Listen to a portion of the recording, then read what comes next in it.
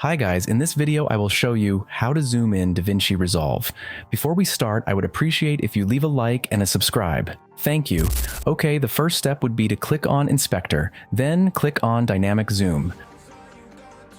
Now, click here, and here you should have already applied the zoom. In this case, I applied a zoom out.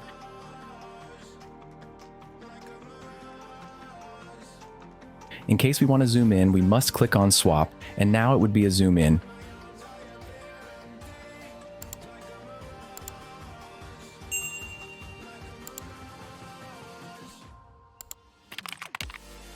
If we click here, we can see that we have more variations to choose from. Just choose the ones you like the most. In my case, I will keep linear.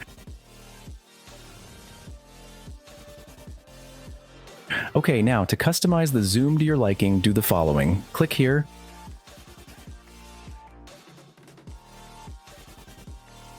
Now click here on Transform. Dynamic Zoom. Here we will have two boxes. The red one is towards the zoom lens. That is to say, if I want the zoom to be towards the face of the subject, what I will do is to adjust it towards the face.